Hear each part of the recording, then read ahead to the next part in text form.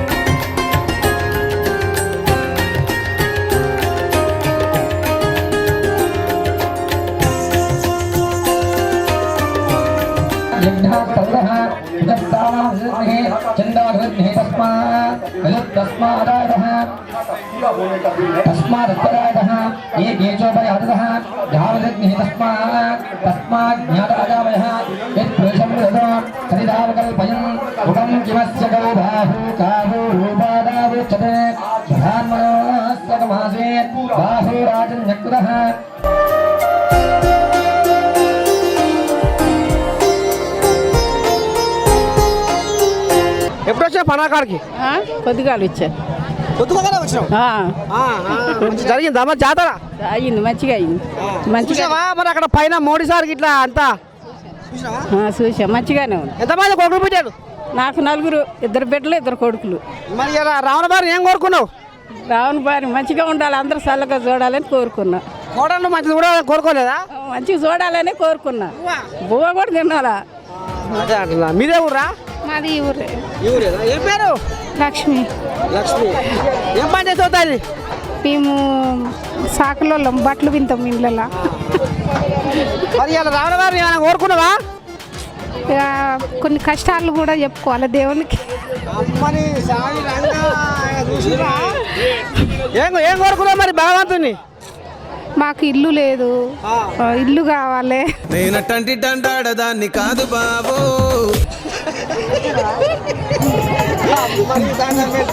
ఇల్లు మొత్తం మీద రామయ్య, అయోధ్య రామయ్య, నువ్వు ఏడ ఉన్నావా తండ్రి? అగో ఇల్లు లేదట. మరి ఇల్లు ఇప్పించే బాధ్యత నీదే. ఏమో అమ్మా భూమిగా వచ్చినావా? దేవుని కళ్యాణం చూసావా అమ్మా? మీదే ఊర్రా? ఈ ఊరే. ఏం పని చేస్తావు? కిరాణా షాప్ మాది. ఎట్లా మరి ఇప్పుడు ఏమనిపిస్తుంది పండుగ చూస్తుంటే? చాలా మంచిగా జరుగుతుంది. ఏం నచ్చింది రావణ పండుగ నాడు? రాముల వారిని ప్రతిష్ఠించడం చాలా నచ్చింది. అంతా బాగుండాలని కోరుకున్నా. ఈ ఊరే సార్. ఏం పని చేస్తావు? మొగ్గం నేస్తాం. మరి మీరు ఏమన్నా దేవునికి రావణవారికి నిజమన్న బంగారంతో ఏంటితోటి రామశక్కని శిరవేసుకపోయారట. మరి మీరు ఏమన్నా అట్లా రావణవారి మీద భక్తి చూపించుకురా? తీసుకుపోతాం సార్, అయోధ్య పోయినప్పుడు తీసుకుపోతాం పక్క. అంటే ఇక ఇప్పుడు మంది జనాలు ఎక్కువ ఉంటారు కాబట్టి ఇప్పుడు పోలేదు, తర్వాత పోతావు. రావణవారి ఒక ఉపయోగం. ఇప్పుడు పోతే మూడోసారి. ఏం కొనబోతావు రామయ్యకు? దేవుడు కలిగించింది తీసుకొని పోతాం. ఇది కథ గిట్ట పోదా. ఇవాళ భారతదేశం అంతా ఒక పరిపూర్ణమైన ఒక మహా జాతరలాగా ఇవాళ శ్రీరాముని ప్రాణప్రతిష్ఠ అనేది ఇవాళ బ్రహ్మాండంగా చేసుకుంటున్నారు. ఎట్లా మీ మండలంలో ఈ యొక్క చెన్నకేశ్వర స్వామి ఆలయంలో ఏ రకంగా జరుపుకుంటున్నారు పండుగ? గమనిస్తున్నారు కదా ప్రజలు ఎంత ఉత్సాహంగా ఉన్నారో. ఒక విధంగా భారతదేశానికి ఈ రోజు నుంచి నూతన శకం ఆరంభమైందని అనుకోవచ్చు. ఈ సందర్భంగా బాలరాముని ప్రాణ ప్రతిష్ఠ సందర్భంగా మొత్తం ప్రపంచవ్యాప్తంగా ఉన్నటువంటి హిందూ బంధువులందరూ కూడా శుభాకాంక్షలు తెలియజేస్తున్నాము. ఈ కార్యక్రమం కోసం, ఈ రోజు కోసము ఈ దేశం, ఈ జాతి, ఇక్కడి హిందువులు దాదాపు 500 సంవత్సరాల సుదీర్ఘమైన పోరాటం చేయాల్సిన దుస్థితిలో నుంచి మనం ఈరోజు బయటకు వచ్చేసినాము. మనకు తెలుసు రాముడు ఎక్కడ పుట్టిందంటే అయోధ్యలో పుట్టినని అందరికీ తెలుసు. కానీ ఆ అయోధ్యలోని రాముడు ఈ 500 సంవత్సరాల నుంచి కనీసం ఒక నీడ లేకుండా, ఒక అనాథ లెక్క ఉన్న దుర్భాగ్యమైన పరిస్థితుల నుంచి ఎంతోమంది, లక్షలాది మంది సాధు సంతులు, ఆర్ఎస్ఎస్ కార్యకర్తలు, కరసేవకులు ఎంతోమంది బలిదానం చేసిన తర్వాత ఈనాటి మనం ఈ కార్యక్రమాన్ని జరుపుకునే సుదినాన్ని మనం చూడగలుగుతున్నాం. నిజంగా ఇప్పుడు భారతదేశంలో ఉన్నటువంటి హిందువులందరూ కూడా ఎంతో అదృష్టవంతులు. ఆ రోజు కరసేవకు పోవాలంటే తెగించిపోవాల్సిందే. మనం చూసినాం ములాయం సింగ్ గవర్నమెంట్ ప్రభుత్వం లోపల వందలాది మంది కరసేవకుల్ని పిట్టలక కాల్చి పరిచేసినారు. సరయూ నదిలో ఎంతమంది శవాలు బయట వచ్చినో తెలియదు. అటువంటి దుర్మార్గమైన పరిపాలన నుంచి ఈరోజు మనము అదృష్టం కొద్దీ ఈరోజు మోడీ యొక్క ఆధ్వర్యంలో నడుస్తున్న ప్రభుత్వం కారణంగా మనం ఈరోజు భవ్యమైన దివ్యమైన రామ మందిరాన్ని నిర్మించుకున్నాము. ఈరోజు ఆ ప్రతిష్టాపన జరుగుతుంది. ఇది అందరికీ కూడా సంతోషకరమైన విషయము. ఒక్కటే మనం గుర్తుంచుకోవాలి, ఈ దేశం చిరకాలంగా ఉండాలంటే, ఈ దేశం, ఈ ధర్మం చిరకాలంగా ఉండాలంటే ఇక్కడ హిందువులు సంఘటితంగా ఉండాలి. యదా యదా హి ధర్మస్య గ్లానిర్భవతి భారత అభ్యుత్థానమధర్మస్య తదాత్మానం సృజామ్యహం.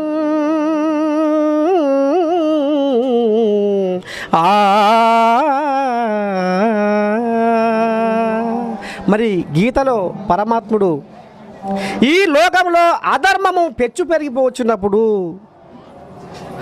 ధర్మము అంతరించిపోయినప్పుడు నన్ను నేనే సృజించుకుందును, సాకార రూపమున ఈ లోకమున అవతరించునని గీతలో పరమాత్ముడు ఉపదేశించాడు అర్జునునికి.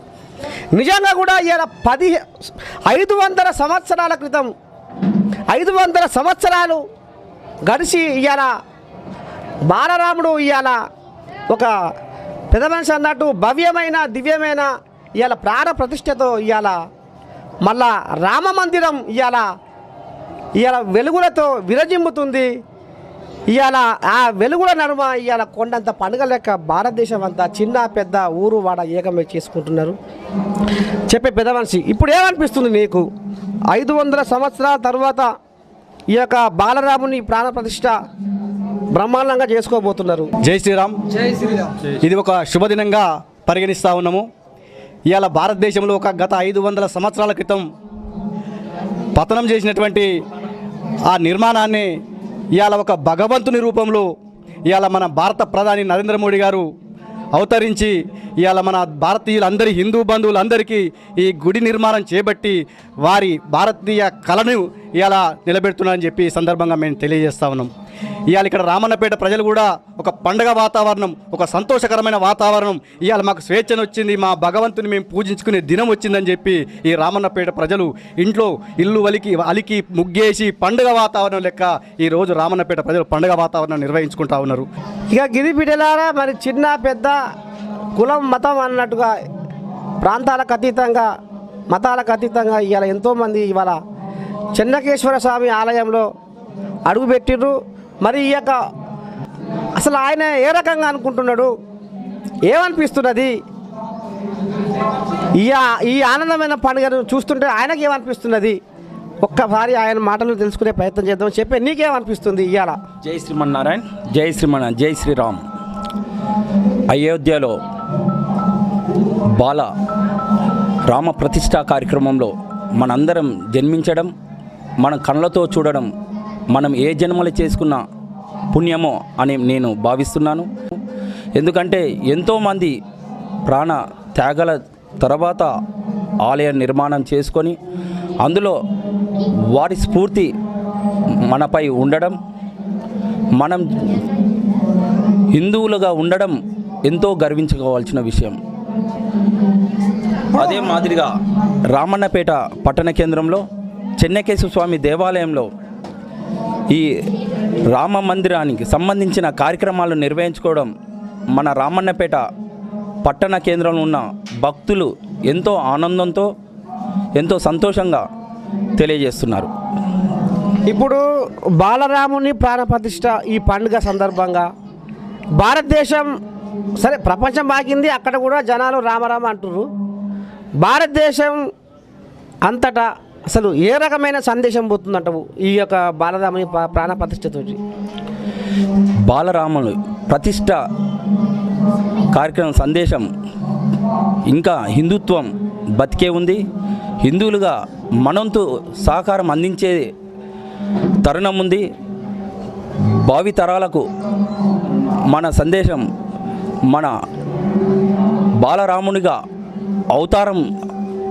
అవతారాన్ని పొందుకొని మన ముందుకు వచ్చిన ఆ రాముని లీలను చూడటానికి మనంతు సహకారంగా ప్రతి ఒక్క హిందూ బంధువులకి ప్రతి ఒక్కరూ దేవుడు లేనిది లేదు, అణువున భగవంతుడు ఉన్నాడు అని సందేశాన్ని తెలియజేయటానికే ఈరోజు అయోధ్యలో రామ మందిరం మనకొక స్ఫూర్తి.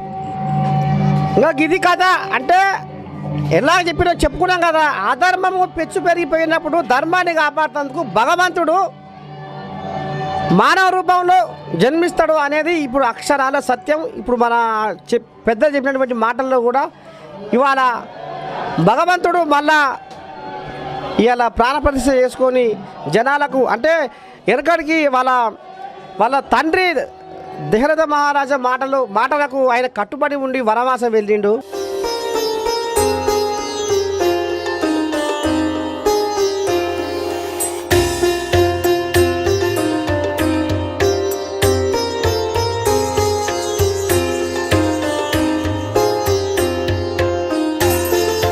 ఇక మరి బిడ్డలారా, భవ్యమైన దివ్యమైన మరి రామ మందిర నిర్మాణంలో ఇవాళ మరి ఆ బాలరాముని ప్రాణప్రతిష్ఠ మరి ఇవాళ భారతదేశం అంతా దండం పెట్టి మోతం మోగుతుంది పండుగ. ఇక మనకి ఇక్కడ కూడా కొంతమంది ఉన్నారు మరి రామన్నపేట మండలంలో, వీళ్ళు కూడా ఏమంటారు ఏంది చెప్పే మరి ఎట్ట అనిపిస్తుంది ఈ పండుగ? పండుగ బ్రహ్మాండంగా అనిపిస్తుంది. ఎందుకంటే ఇలా రావుల వారి ప్రతిష్ట మన భారతదేశంలో మొత్తం విదేశాల నుంచి అనుభవం నుంచి పెద్ద పెద్ద ముఖ్యులు వచ్చి ఈ పండుగని జయప్రదం చేయడం చాలా మాకు ఆనందదాయకం. ఇది ఒక రావణపేటే కాకుండా యావత్ తెలంగాణతో పాటు మన భారతదేశంలో ఉన్న 29 రాష్ట్రాలు కూడా మంచి ప్రజలు ఉత్సాహంగా జరుపుకుంటారు.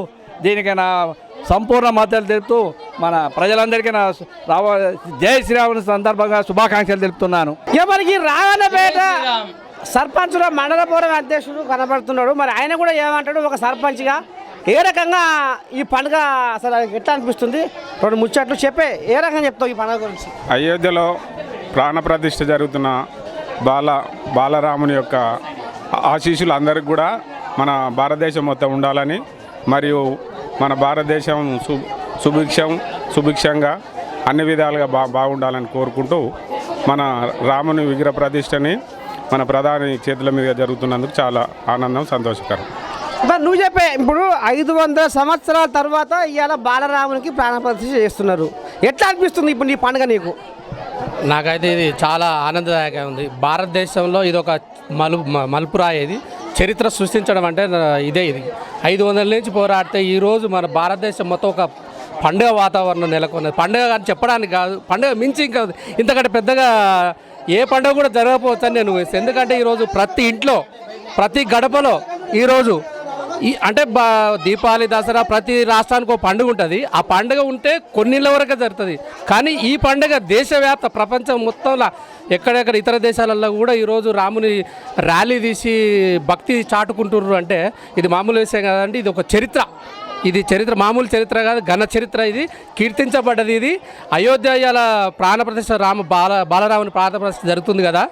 ఈ ప్రాణప్రతిష్ఠ ద్వారా భారతదేశ ప్రజలందరూ సుఖ సంతోషాలతోటి ఆయురారోగ్యాలతోటి అందరూ బాగుండాలని నా మనస్ఫూర్తిగా ఆ రాముని ప్రార్థిస్తున్నా. ఆ రాముని కూడా దీవిస్తాడని ఆశిస్తున్నా. ఇంకొక విషయం ఏంటంటే అయోధ్య అనేది పట్టాభిషేకం. ఈరోజు బాలరాముడు పట్టాభిషేకం జరిగింది. ఈ భారతదేశాన్ని ఇక నుంచి పాలించేది ఆ రాముడు అని నేను కోరుకుంటున్నాను. మరి చెప్పే పెద్ద నువ్వేం చెప్పదలుచుకున్నావు? ఇప్పుడు అయోధ్యలో మరి ఇప్పుడు ఇక రాముల వారు పుట్టిన గడ్డకు చేరుకున్నాడు అనేది ఇప్పుడు మరి అంగరంగ వైభవంగా ఊరు వాడ ఏకమై పండుగ చేసుకుంటారు. నీకేమనిపిస్తుంది? మన భారతదేశంలో మన మోడీ గారు ఇది ఒక అద్భుతమైన తీసుకొని వచ్చిండు. భారతదేశంలో మనం సంక్రాంతి పండుగ ఎట్లా వేసుకుంటామో అంతకన్నా ఇంకా బ్రహ్మాండంగా ప్రతి ఇంటికి మామిడాకు పెట్టుకోవాలి, ప్రతి ఇంటికి ముగ్గులు వేసుకోవాలి. ఇవాళ అయోధ్యలో బాలరాముడు నిర్మించినందుకు ఇది ప్రతి ఇంటికి కూడా మంచిగా మనకు దసరా కానీ సంక్రాంతి కానీ పెద్ద పండుగ అయిపోయింది. రాముని బాల విగ్రహానికి జై శ్రీరామ్, జై జై శ్రీరామ్. పోతా అదే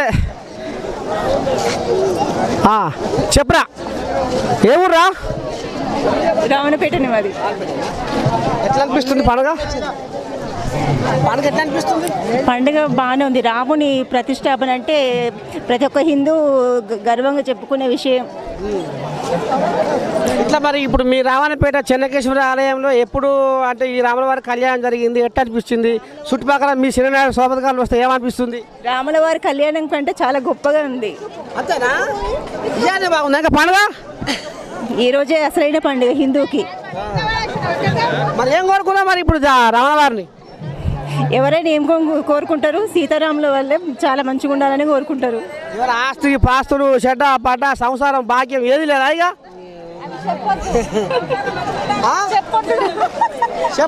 మనం మొక్కుకునే చెప్పొద్దు కదా. అరే రామా, ఇప్పుడు నిన్ను చూసి కొంతమంది అరే ఇట్లా అని కూడా వాళ్ళు కూడా కోరుకుంటారు. ఏమరా చెప్పరా? మీ దగ్గర లోకలే రావణ. నా పేరు జ్యోతి. ఏం పని చేసి వస్తాలి? ఇంట్లో హౌస్ వైఫ్. ఎట్లా మరి ఇప్పుడు రావణపేట మండలంలో మొత్తం మోతం అవుతుంది. ఇవాళ చెన్నకేశ్వర ఆలయంలో మోతం అవుతుంది. లగ్గం చూసిరా? పోగొచ్చిరా?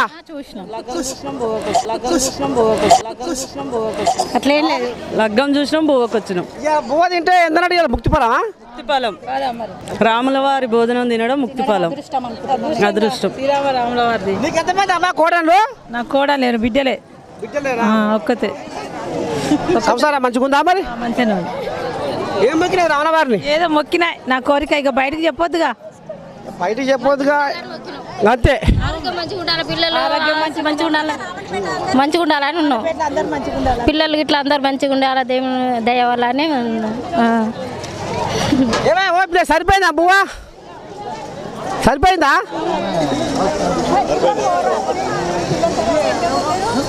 సరిపోయిందా? దేవుని బువ్వ బాగుంటుంది. ఎవరికి వచ్చి తుమ్మల కూడా మాది. ఈడ ఎమ్మెల్యే గారు వస్తున్నట్టే భోజనానికి వచ్చినావా పనులకు వచ్చినావా? వాస్తవానికి అదే పని ఉండి వచ్చినా ఇక్కడ భోజనం చేస్తున్నాం దేవుని పేరు మీద. ఇక మనకి ఈ మొత్తానికి ఇవాళ రావణపేట మండలంలో చెన్నకేశ్వర ఆలయంలో మరి ఇక మోదం మోగించిన పండుగ ఇప్పటిదాకా ఇక కొంతమంది బువ్వకు వచ్చినట, కొంతమంది దేవుని భక్తులు వచ్చినట, కొంతమంది పని ఉండి పుసుకులో ఇటు మళ్ళీ రాట. ఇగో గిన్నె దిక్కులో వ్యవహారాలు నడిచినాయి మొత్తం మీద.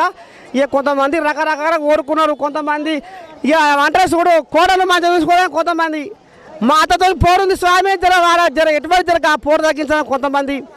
ఇక కొంతమంది కూడా నా పిల్లల చదువు బాగా రావాలని కొంతమంది ఈ రకంగా కోరుకున్నారట.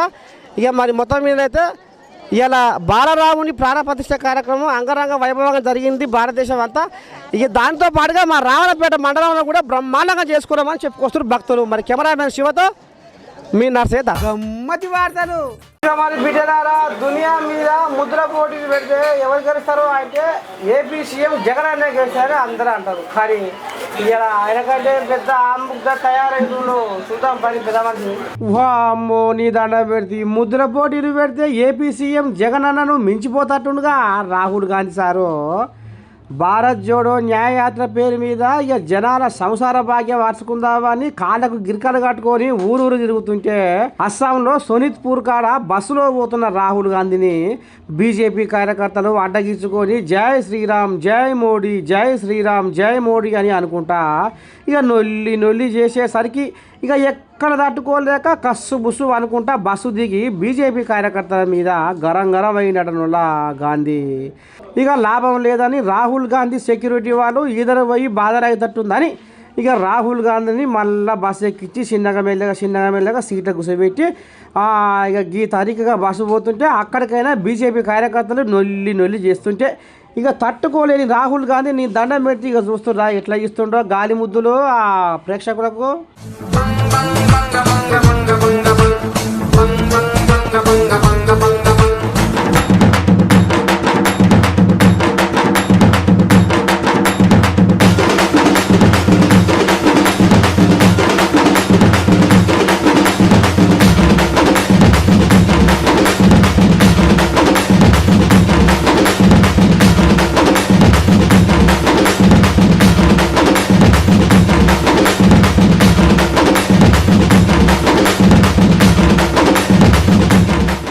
ఇక మొత్తానికైతే బీజేపీ కార్యకర్తలు రాహుల్ గాంధీకి సుక్కలు చూపించేసరికి ఇక సారుకు మరి తెల్లందాకా నిద్ర పట్టిందో పట్టలేదో అని ఒకటే నారాజ్ అవుతుందట కాంగ్రెస్ పార్టీ అభిమానులు. గమ్మతి వార్తలు పోషి పాడబడ అందరితో పాటు నువ్వు కూడా పోయి బాలరాముని పండుగను కండాల చూసిరామా తల్లి అంటే పిలువని పేరు అంటానికి నిలటపోతా బలగూరు అని ముక్కంతా మూతంతా తీసుకుంటుందట గీ తల్లి. చూద్దాం పని.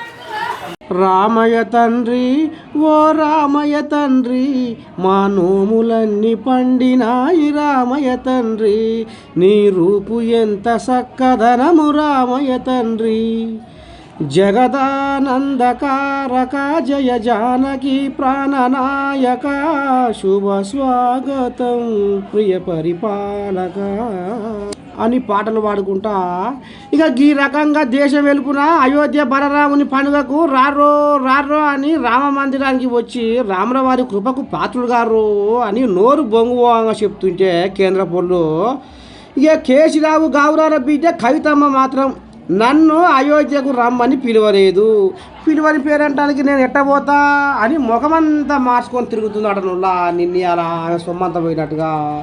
ఇక వాళ్ళు విలువకుంటే ఏంటి ఇంకో 4 దినాలైనాక నేను పోతా బలరామునికి నా బాధ చెప్పుకుంటా అని అనుకొస్తుందట ఈ కవితమ్మ. ఇక అది కూడా వాస్తవమే కానుల్లా, ఎందుకంటే 100 కోట్ల మందు దందాలో ఇరుక్కున్నది కాబట్టి అందరి ముందర రాముణ్ణి కోరుకోలేదు కదా. అసలు కథ అదాట. ఇక సాటుంగా కోరుకొని తండ్రి రాములవారు నా లిక్కర్ దందా తెరపైకి రాకుండా చేసి ఈడీ వాళ్ళు నాకు నోటీసులు పంపకుండా చూడు తండ్రి అని మొక్తట్టుంది కవితమ్మ. ఇక కవితమ్మ లోపడి ఉపాయం గిదే అని అనుకొస్తున్నారట సోషల్ మీడియా సంఘపోలు. అమ్మ బాగానే ఉందిగా కథ.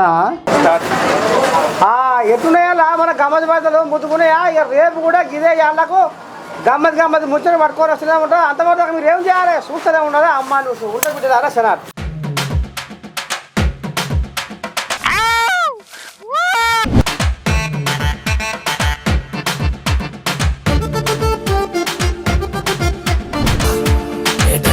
గమ్మతి వార్తలు